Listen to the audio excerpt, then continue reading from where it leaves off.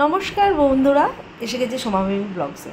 তো আমরা অনেক ভিডিও নিয়ে এসেছি, এর পরপর ভিডিওতে পার্ট 1 পার্ট 2 করে এরকমভাবে পার্ট করে আমি ভিডিওগুলো দেবো। আমরা এখন বেরিয়ে পড়েছি দমদম এয়ারপোর্টে যাওয়ার জন্য। আর আমরা ঘুরতে যাচ্ছি, একটু লং ট্যুরেই যাচ্ছি।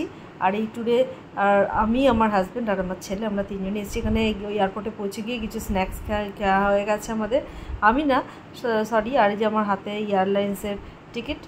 আর আমার উপোস আছে, কারণ কি আজকে বিপত্তারিণী পুজো। তো আমি কামাখ্যার ওখানে যাচ্ছি, কামাখ্যাতে গিয়েই পুজো দেবো। তারপর ওখান থেকে আমরা মেঘালয়া, তারপরে হচ্ছে ডাউকি, চেরাপুঞ্জি, শিলং, এই সব জায়গায় ঘুরতে যাব। তো পুরো ভিডিওটা অবশ্যই আশা করব তোমরা সবাই দেখবে। আর বড় ভিডিও অনেক দিন দেওয়া হয় না, কিন্তু আজকে থেকে আমি নতুন নতুন সব বড় ভিডিওই দেবো।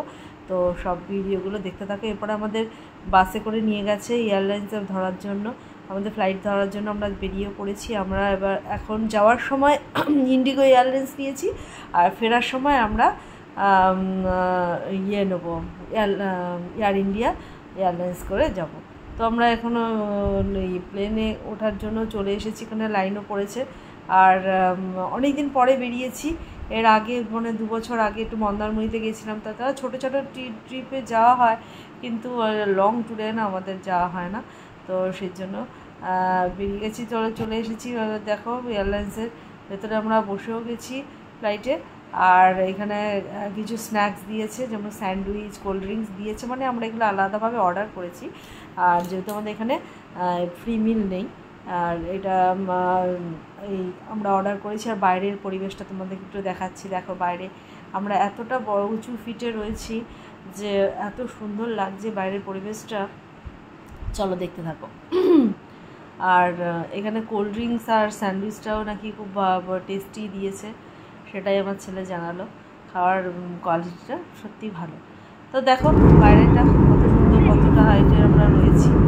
আর এরপরে আরও দেখা যাবে, পাহাড়ের দিকে গেলে না বেশি ভালো লাগে, পাহাড়ের বাড়িগুলোকে যখন দেখা যায়।